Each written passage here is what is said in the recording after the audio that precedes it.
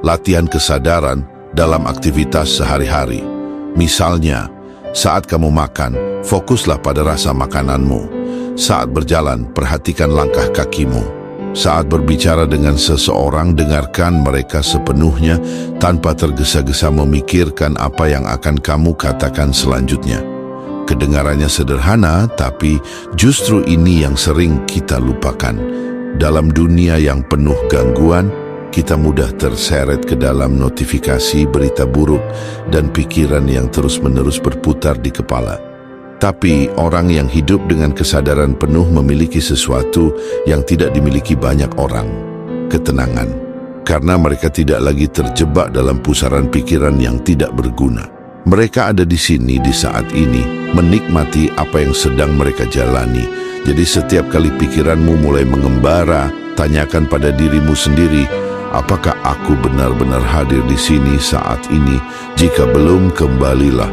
Rasakan napasmu, perhatikan sekelilingmu, dan nikmati ketenangan yang muncul ketika kamu benar-benar hidup di momen ini. Poin keempat, tumbuhkan ketahanan diri.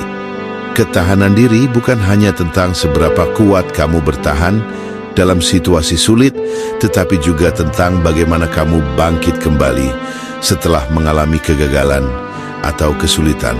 Dalam stoikisme, ketahanan diri adalah salah satu pilar utama untuk mencapai ketenangan. Hidup tidak akan pernah bebas dari tantangan. Akan selalu ada sesuatu yang mengganggu rencana kita, membuat kita kecewa, atau bahkan menjatuhkan kita. Tapi pertanyaannya bukan tentang bagaimana menghindari masalah, melainkan bagaimana kita meresponsnya. Marcus Aurelius pernah menulis, apapun yang menghalangi jalan menjadi jalan itu sendiri. Artinya, hambatan bukanlah sesuatu yang harus kita keluhkan, tetapi justru sesuatu yang bisa kita manfaatkan untuk tumbuh. Bayangkan seseorang yang menghadapi kegagalan besar dalam hidupnya. Mungkin dia kehilangan pekerjaannya, mengalami kegagalan dalam hubungan, atau menghadapi tantangan finansial yang berat. Orang biasa mungkin akan merasa hancur dan kehilangan arah. Tapi seseorang yang memiliki ketahanan diri melihat kegagalan sebagai bagian dari perjalanan, bukan sebagai akhir dari segalanya.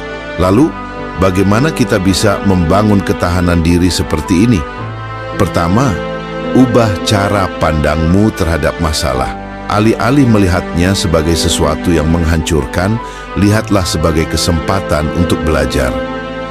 Apa yang bisa kamu pelajari dari situasi ini? Bagaimana ini bisa membuatmu lebih kuat? Dalam stoikisme, ada konsep yang disebut amor fati, mencintai takdir. Artinya, bukan hanya menerima apa yang terjadi, tetapi benar-benar menerimanya dengan sepenuh hati, karena setiap peristiwa dalam hidup adalah bagian dari perjalananmu. Kedua, hadapi ketidaknyamanan dengan sengaja. Para stoik sering melakukan latihan mental untuk menghadapi kesulitan, bahkan sebelum kesulitan itu benar-benar terjadi. Misalnya, mereka membayangkan kehilangan hal-hal yang mereka miliki, bukan untuk menakut-nakuti diri sendiri, tetapi untuk mengingatkan bahwa semua itu bisa hilang kapan saja, sehingga mereka tidak terlalu terikat padanya. Atau mereka sengaja menjalani hari-hari dengan kesederhanaan, makan makanan yang sederhana, tidur di tempat yang tidak nyaman agar mereka tidak takut kehilangan kemewahan. Mengapa ini penting? Karena semakin sering kamu menghadapi ketidaknyamanan, semakin kecil kemungkinannya untuk menghancurkanmu ketika itu benar-benar terjadi. Ketiga, jaga pikiranmu tetap kuat. Ketahanan diri bukan hanya soal fisik, tetapi juga mental. Dan salah satu cara terbaik untuk menjaga pikiran tetap kuat adalah dengan memilih bagaimana kita berbicara kepada diri sendiri. Ketika menghadapi tantangan, apakah kamu berkata, "Aku tidakkah akan pernah bisa mengatasinya?" Ataukah kamu berkata, "Ini sulit, tapi aku akan mencari cara untuk menghadapinya"? Apa yang kamu katakan pada dirimu sendiri akan sangat memengaruhi bagaimana kamu bertindak. Jadi mulai sekarang, berhentilah mengeluh tentang kesulitan. Lihatlah itu sebagai latihan, sebagai sesuatu yang akan membantumu tumbuh lebih kuat. Seperti yang dikatakan Seneca, kesulitan memperkuat pikiran seperti kerja keras memperkuat tubuh. Dan pada akhirnya, bukan dunia yang menentukan seberapa kuat dirimu, tapi bagaimana kamu memilih untuk merespons dunia. Poin kelima, pilih bagaimana kamu merespons. Dalam hidup, kita tidak bisa mengendalikan semua yang terjadi, tapi kita selalu bisa memilih bagaimana kita meresponsnya. Inilah inti dari stoikisme, bukan tentang mengubah dunia agar sesuai dengan keinginan kita, tetapi tentang mengubah cara kita bereaksi terhadap dunia. Epictetus berkata, bukan kejadian yang mengganggu kita, tetapi cara kita memandang kejadian itu.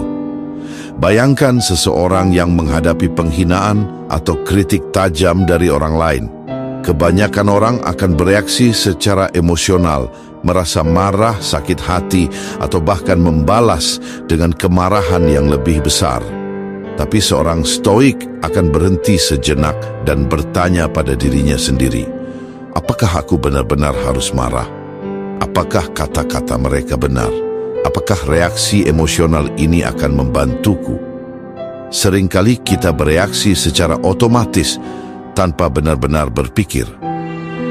Kita membiarkan emosi mengambil alih, padahal kita punya pilihan untuk merespons dengan cara yang lebih bijaksana. Bagaimana kita bisa lebih baik dalam mengendalikan respons kita?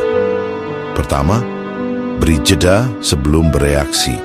Saat kamu menghadapi situasi yang menekan, jangan langsung bereaksi. Ambil napas dalam-dalam, hitung sampai 3 atau 10. Beri dirimu ruang untuk berpikir sebelum bertindak. Otak manusia memiliki 2 sistem utama dalam pengambilan keputusan, sistem cepat yang emosional, dan sistem lambat yang lebih rasional.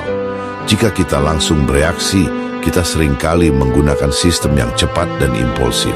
Tapi jika kita memberi jeda, kita bisa mengaktifkan bagian otak yang lebih rasional dan membuat keputusan yang lebih baik. Kedua, tanyakan pada diri sendiri, apakah ini penting? Banyak hal yang memicu emosi kita sebenarnya tidak sepenting yang kita kira.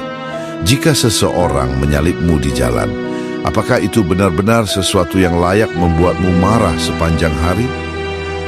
Jika seseorang memberikan komentar negatif tentang dirimu, apakah itu benar-benar perlu kamu pikirkan terus-menerus? Dalam kebanyakan kasus, hal-hal ini tidak akan berarti apa-apa dalam jangka panjang. Jadi, mengapa membiarkannya merusak hari kita? Seneca pernah mengatakan, kita lebih sering menderita dalam imajinasi kita daripada dalam kenyataan. Kita terlalu sering membesar-besarkan